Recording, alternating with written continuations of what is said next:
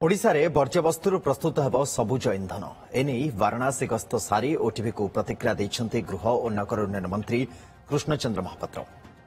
वर्ज्यवस्तु सुपरिचालन रे सरकार बहुत पैसा खर्च होउछि। एबे जे प्रोसेस आमे वाराणसी रे देखिलु ताहा सीधा मिक्स वेस्ट रु सीधा कोयला बाहरिबो। सरकार खर्च भी कमिबो। एने मंत्री सहित आलोचना करछन्ते आम सीनियर रिपोर्टर सिंपल नायक। वाराणसी गस्त सारी ओडिशा फेरी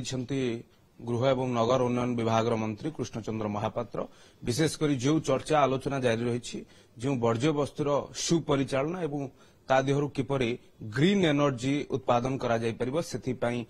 मास्टर प्लान प्रस्तुत करी आसीछन्ती ओडिशा एवं विशेषकर आम सहित अछन्ती एक्सक्लूसिवली आमे सारंग सहित आलोचना करबा। सर आपनको स्वागत ओटीवी को। सर जो जाइथिले आपण ओटे चर्चा आलोचना जारी रही जे जो वर्ज्य वस्तुर सुपरिचालना हबो एवं विशेषकर ग्रीन एनर्जी क्षेत्र में गोटे बड़ ओडिशा पाइबा पई जाउछि तेणु कोन मास्टर प्लान हला तो निश्चित भाव तो आम जाइथिलु 2 दिन धरी वाराणसी एनटीपीसी रे वेस्ट रु चारकोल करूछि तेणु आ द्वारा जो वेस्ट एनर्जी मध्य हे परछि किंतु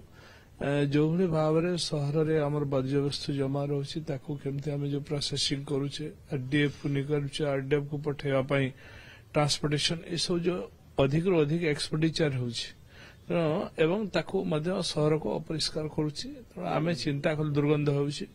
तेणु आपको चिंता करके जो नुआ प्रोसेस जो न्यू टेक्नोलोजी रे करा जाउछि waste to energy waste to charcoal waste to gas आम गैस तो गोटे करिछु एमओयू गत थर करिछु गत वर्ष ए वर्ष मध्य आम चिंता करूछु खूब जल्दी आकु करिबु वेस्ट टू चारकोल आवर्जना वस्तु उपरे समस्त मिक्स वेस्ट उपरे से ताकू नेकी से कोयला बाहरिबो जहाँकि विभिन्न कार्य लागि परिबो रोषे रे भी परिबो से इलेक्ट्रिक एनर्जी भी क्रिएट करि परिबो विभिन्न कथारे कोयला लागि परिबो आ तार ये भैल्यूटा भी बहुत भल अच्छी आम देखिकी आसिलु पुणी प्लानिंग आम कर खूब जल्दी ओडिशा आम सरकार मोहन माझी को सरकार ओडिशा रे केमती ओडिशा को स्वच्छ रखिबो ये आम सबुठ बड़ उद्देश्य। ओडिशा लोक स्वच्छता रहिले ही सभ्यता उन्नत लगे तेणु स्वच्छता को आम सबुठ अधिक प्रायोरिटी दउछु एवं अन्य विषय तो सब माननीय मुख्यमंत्री बारंबार ताकू भी ध्यान देउछन्ती आमे किंतु सबुठ अधिक आपरे आमे गुरुत्व दे काम लागिछु। देखो वर्ज्य वस्तु माने बायोमाइनिंग होछि बायोमाइनिंग द्वारा कोन होछि ना आम पाखरे बहुत कोटी कोटी टका खर्च होछि एवं बायोमाइनिंग द्वारा जो आरडीएफ आरछि ताकू पुणी कोउटे सीमेंट फैक्ट्री को हमको पठेवा पई ता पई भी कोटी कोटी टका खर्च होछि। हां तेणु आमे एभळे एबे चेष्टा करूछु जो थे गवर्नमेंट सेव हम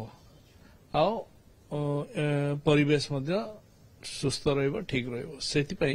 ये जो प्रोसेसटा आम देखिलु एथिरे गवर्नमेंट कोटी कोटी टंका सेव हो जिवो आओ एथिरे जो वर्ज्य वस्तु जो आकु बायोमाइनिंग करो क्लीनिंग करो एते कथा नहीं सीधा मिक्स वेस्ट को नेकी से डायरेक्ट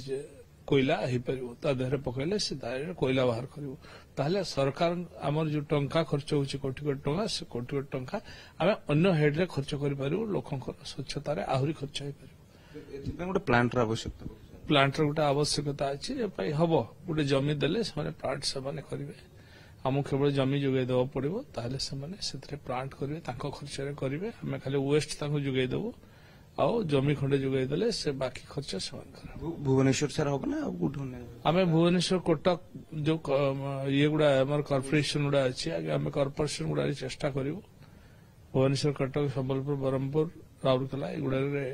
जो अधिक वर्ज्य वस्तु बाहर आम प्रायोरिटी दउछु। ओके आम आलोचना करुले मंत्री सहित किपरि भाव में वर्ज्य वस्तुर सुपरिचालना हम विशेषकर गवर्नमेंट बहुत पैसा सेव हम एवं किपरि कोयला उत्पादन हो पार ग्रीन एनर्जी क्षेत्र में ये गोटे बड़ माइलस्टोन हो पार मास्टर प्लान प्रस्तुत कराउछि खूब शीघ्र बैठक हम केउठी हम कोपरि भाव में हम तार सविशेष तथ्य आगक आसिबो। कैंपस विश्वजित महांत